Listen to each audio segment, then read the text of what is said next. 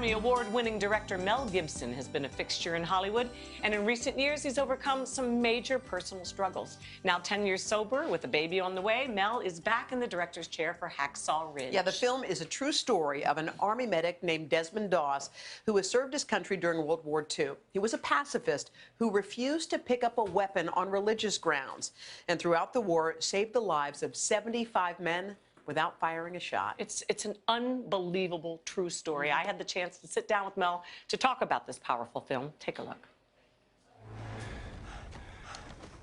Jump on it. You're kidding. Oh, I'm gonna drag you.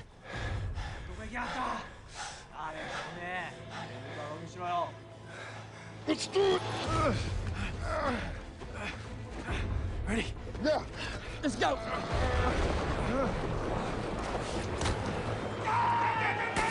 We got company. And Mel, it's great to see you. And you. It's been a while. It's been a long time, and in fact, when I was reading, I was like, I can't believe it's been 10 years. You've been acting and things like that, but you haven't been acting in that. and developing, working Of course, stuff. always got stuff going on, but they've been turbulent years. But they're this is, I gotta say, because I saw the movie last week, and I tweeted that I cannot remember being more profoundly moved. It's because you rarely see authentic portrayals of people of faith. You know, there's usually something a little cheesy about it, and I know you fought hard not to get that into this picture. No, I don't think it's preachy. It's just who the man was. Yeah. And he was very humble.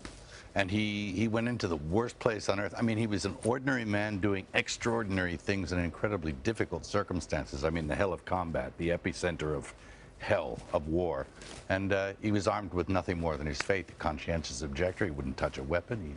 Except we saw in the one instance that he does, and it's to save a life. Yeah, the only thing he used it. He used it to roll up. He actually used a rifle as a splint one time, I think, was the only use he had for weapons. So I mentioned that it doesn't say based on. It says a true story. It is. And I did a little bit of research on it and realized, I said, why haven't we heard about this man before? And there's a very good reason. Well, he didn't want his story known. He's a very humble guy. And he got the Medal of Honor for his actions because in one, 12-hour period, he saved 75 men single-handedly under fire. One at a time. In constant peril. What I love is not since Braveheart, which has been my favorite film. I told you that in Funny Girl. You did. It's a strange combination, but it's a good combo. I think a lot of people are going to say this is Mel's best work. Well, I'm certainly proud of it, I think. But you don't do these things alone. I had Andrew Garfield.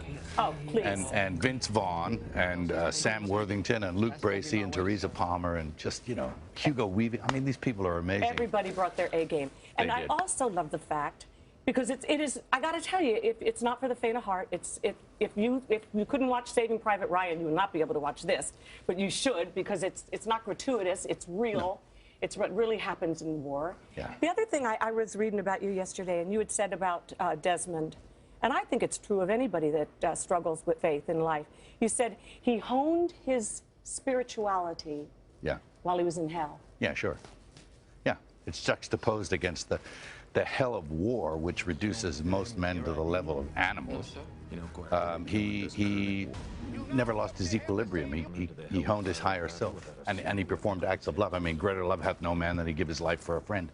And this is what he did over and over and over again. He did it like so many times, and in constant peril. He didn't know he was coming back. Wounded himself. Yeah. Well, yeah, he eventually stepped on a grenade for his friends, and then it gets even crazier what he did after that. But I couldn't even put it in a film because it's so unbelievable. What? Well, he after he gets the shrapnel and they're carrying him off on a stretcher and stuff, he sees a guy who's been shot and he jumps off the stretcher, tends to that guy's wound, says, "Here, put him on the stretcher."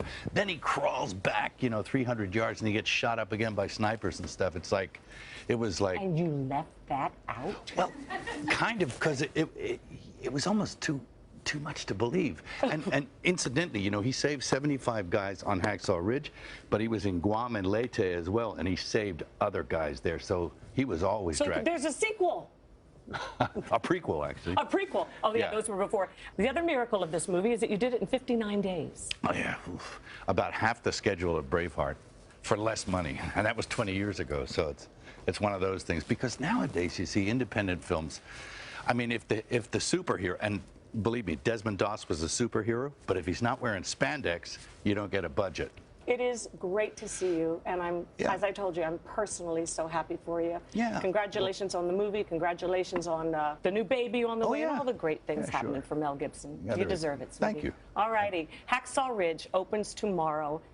Do not miss this movie. It is unbelievable. Hello, Today fans. Thanks for checking out our YouTube channel. Subscribe by clicking that button down there and click on any of the videos over here to watch the latest interviews, show highlights, and digital exclusives.